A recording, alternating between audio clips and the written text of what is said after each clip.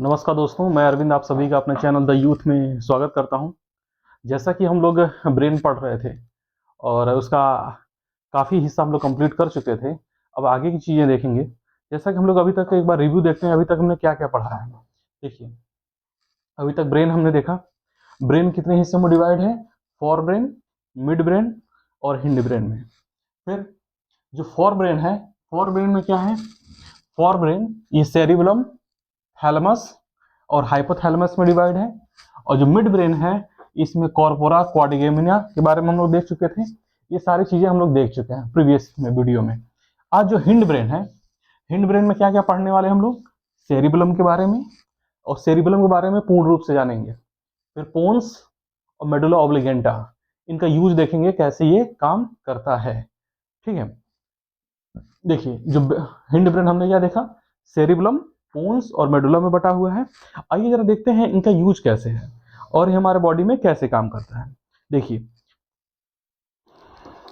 जो सेरिबलम है इसको हिंदी में क्या बोलते हैं? अनुमस्तिष्क, अनुमस्तिष्क बोलते हैं। अनुमस्तिष्क, अनु इसको अनुमस्तिष्क बोलते हैं। हिंदी में इसको सेरिबलम को अनुमस्तिष्क बोलते हैं। देखिए, इसका काम क्या होता है? ये कोऑर्डिनेट बॉडी, बॉडी और ब्रेन के बीच में कोऑर्डिनेशन का काम करता है। ठीक है, कैसे? ठीक है, ये कोऑर्डिनेशन का काम करता है। Coordinate body and brain, body and brain के बीच में ये कोऑर्डिनेशन का काम करता है। ठीक है, सेरिबलम। और देखिए इसका काम, सबसे बड़ी चीज ये जानते हैं ये क्या है? It is the second largest organ of, नहीं, second largest part of brain. दूसरा सबसे बड़ा हिस्सा है second largest part of brain. ठीक है, it is the second largest part of brain. ये second largest part of brain का है, सबसे बड़ा हिस्सा है। अब देखिए सेरिबेलम का आखिर काम क्या है? ठीक है, इसका काम क्या होता है? देखिए, ये काम ये करता है, ये कंट्रोल करता है बॉडी मूवमेंट को, और मेंटेन बॉडी के जो पोस्चर को भी यही मेंटेन करता है। ठीक है, ताकि बॉडी इन बैलेंस। अच्छा, जो लोग अल्कोहलिक होते हैं, जब दारू पी लेते हैं तो क्या होता है? ये सेरिबलम ही सबसे ज्यादा इफेक्ट होता है, और उनके जो जो ऐसे लड़खड़ा के चलने लगते हैं, ये सारी चीजें तभी अफेक्ट करती हैं। ठीक है, अब देखिए क्या होता है, इसका काम क्या होता है? ये इसका काम होता है बॉडी में movement and maintenance of posture of body. ये काम को क्या करता है? Maintenance of posture, maintenance of posture, maintenance of postures. और काम क्या होता है? Keeping body in balance, keeping body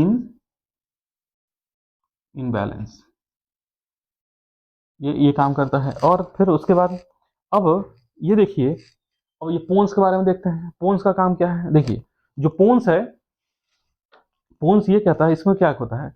ये एक ब्रिज की तरह काम करता है। ठीक है, ये श्वसन को कंट्रोल करता है। श्वसन को मतलब न्यूमेरिक सेंटर की संरचना होती है, यानी जो हमारे रेस्पिरेटरी रेट होता है, इसको भी ये कंट्रोल करता है। ठीक है, ये हमारे आंखों को भी कंट्रोल करता है, कब ये पलक झपकेगी या नहीं झपकेगी, ये सारी चीजें ये कंट्रोल करता है। ठीक है, और क्या है? ये ब्रेन और स्पाइनल कोड के बीच में भी समन्वय बनाता है। ठीक है, अब देखिए, जैसा कि हम लोग इसमें देखे थे कि ये क्या करता है? ये रेस्पिरेटरी रेट को भी कंट्रोल करता है। कौन? ये पोन्स। पोन्स काम का क्या है? देखिए, पोन्स का काम क्या है? जो पोन्स है, ये एक्ट एज ए ब्रिज काम करता है।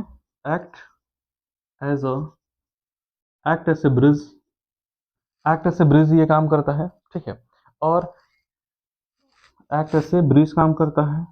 ये हमारे रेस्पिरेटरी रेट को कंट्रोल करता है, रेस्पिरेटरी रेट को कंट्रोल करता है। और इसका काम क्या है? रेस्पिरेटरी रेट को कंट्रोल करता है। ठीक है, और देखिए, ये आंखों को भी ये कंट्रोल करता है।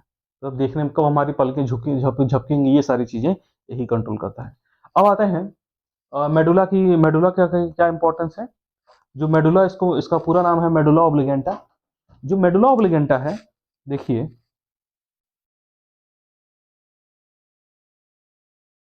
इसको सिर की रीढ़ की हड्डी भी बोला जाता है, यानी सिर की रीढ़ की हड्डी इसको बोला जाता है। किसको? इसको मिटा देते हैं।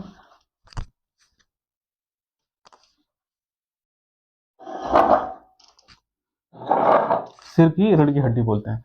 देखिए जो मेडुला का काम क्या होता है, ये इसको सिर की रीढ़ की हड्डी बोला जाता है। इसका काम क्या होता है, it connect and communicate the brain and spinal cord, यानी दिमाग यानी ब्रेन और स्पाइनल कोड के बीच में ये कम्युनिकेशन का काम करता है। ठीक है, अब देखिए, अब इसका काम क्या होता है, जैसे हमारे शरीर में लार बनता है, देखिए लार आना, लार बनता है ना, लार आना, उल्टी आना, जी मचलाना, ये कैसे, और हार्ट बीट का अचानक से तेजी से बढ़ जाना, ये सारी चीजें मेडुला ऑब्लिगेंटा कंट्रोल करता है। ठीक है, इसको कैसे लिखेंगे, देखिए,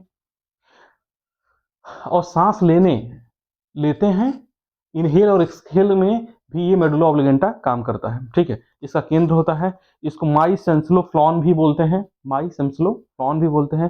देखिए ऐसे इसको लिखेंगे कैसे, it connect and communicate the brain with spinal,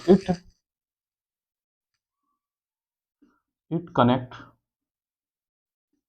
and coordinate between brain and spinal cord, spinal cord, यानी ये एक तरह से कनेक्शन की काम करता है ब्रेन और स्पाइनल कोड के।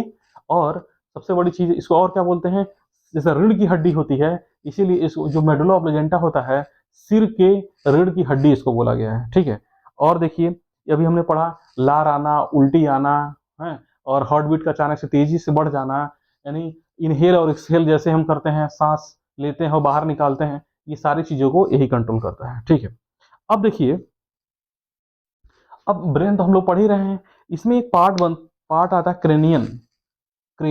जो क्रेनियन है, इसका काम क्या होता है, हाँ देखिए, जो क्रेनियन है, CRANIUM, देखिए जो क्रेमियम है, ये काम करता है, जो हमारी जो एक्सटर्नल इंजरी से ये बचाता है। ये जो खोल होता है दिमाग के ऊपर, ये एक्सटर्नल इंजरी को इसको बोलते हैं, जो बचाता है उसको क्रेनियम बोलते हैं, एक्सटर्नल इंजरी से ये बचाता है। फिर वही चीज, और एक होता है मेनिंजाइसिस, MENIN, मेनिंजेसिस।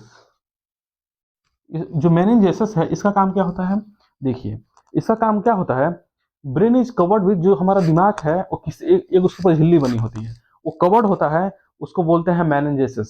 ये क्या कहता है, brain is covered by A membrane, जो मेम्ब्रेन होता है उसको बोलते हैं ये मेनिंजेसिस। ठीक है, अब हम लोग ब्रेन के बारे में EECG के बारे में पढ़ चुके थे, इलेक्ट्रोइंसेफेलोग्राम होता है, एक ग्राफ के ऊपर हम ब्रेन की एक्टिविटी को चेक कर सकते हैं, ये सब पढ़ लिए थे। अब हम लोग हिप्पोकैम्पस के बारे में थोड़ा देख लेते हैं, HIPPO, हिप्पो कैंपस। देखिए इसके बारे में भी हम लोग प्रीवियस वीडियो में देख लिए थे, आइए एक बार और समझते हैं ये क्या काम करता है। ये शॉर्ट टर्म मेमोरी को लॉन्ग टर्म मेमोरी में कन्वर्ट कर देता है, शॉर्ट टर्म मेमोरी को लॉन्ग टर्म मेमोरी में कन्वर्ट करता है। और कैसे करता, इसके बीच में क्या होता है, न्यूरोट्रांसमीटर होता है, न्यूरोट्रांसमीटर का काम होता है, न्यूरोट्रांसमीटर की हेल्प से ये शॉर्ट टर्म मेमोरी को लॉन्ग टर्म मेमोरी में कन्वर्ट कर देता है। अगर अगर आप लोग एक बीमारी का नाम सुने होंगे, अल्जाइमर। अल्जाइमर जब हो जाता है, तो कैसे अल्जाइमर से जो व्यक्ति पीड़ित हो जाता है, कैसे वो हर एक चीज को भूल जाता है, यानी जो उसकी शॉर्ट टर्म मेमोरी होती है वो लॉन्ग टर्म मेमोरी में चेंज ही नहीं हो पाती है। खाना भूल जाएगा, घर भूल जाएगा, अपने बच्चों तक के भूल जाएगा। ठीक है, तो आप बताइए, जब शॉर्ट टर्म मेमोरी कम हो जाती है तो कौन सी बीमारी हो जाएगी, जब कन्वर्ट नहीं हो पाएगा लॉन्ग टर्म मेमोरी में, यहाँ पे जो व्यक्ति है वो अल्जाइमर से पीड़ित हो जाएगा। कौन सी भी, अल्जाइमर, ALZHIEMER है, अल्जाइमर से वो पीड़ित हो जाएगा वो व्यक्ति। ठीक है, जब अब बताइए अल्जाइमर की बात हो रही, वर्ल्ड अल्जाइमर डे कब मनाया जाता है, तो 21 सितंबर को वर्ल्ड अल्जाइमर डे मनाया जाता है। 21 सितंबर को वर्ल्ड अल्जाइमर डे मनाया जाता है। ठीक है, और इसी तरह इतना अभी तक एक बार रिव्यू हम देख सकते हैं कि जैसे ब्रेन है, हमने EEC के बारे में पढ़ा, और इसकी स्टडी को क्या बोलते हैं आपने देखा ही होगा, स्टडी इसको न्यूरोलॉजी बोलते हैं। 1350 ग्राम का होता है, ये 5% ऑफ आवर बॉडी वेट होता है, ठीक है। और हमारे बॉडी में लगभग जो हमारा ब्रेन होता है तक 20% ऑक्सीजन का यूज कर लेता है। और NBRC के बारे में हम लोग पढ़े, नेशनल ब्रेन रिसर्च सेंटर के बारे में पढ़ा, ये गुड़गांव में है, ठीक है। और इसके बारे में न्यूरोलॉजिकल डेथ के बारे में, बायोलॉजिकल डेथ के बारे में हम लोग पढ़े, ठीक है। ये सारी चीज़ें, for brain, mid brain, hind brain के बारे में हम लोग पढ़ लिए। यानी ये सारी चीज़ें हम लोग प्रीवियस ईयर में, प्रीवियस जो वीडियो है उसको हम लोग कवर कर चुके हैं। अब यहीं पे ये हमारा ब्रेन का जो पार्ट है ये खत्म होता है। और दोस्तों, हमारे चैनल को आप लाइक करिए, शेयर करिए और सब्सक्राइब करिए। Thank you.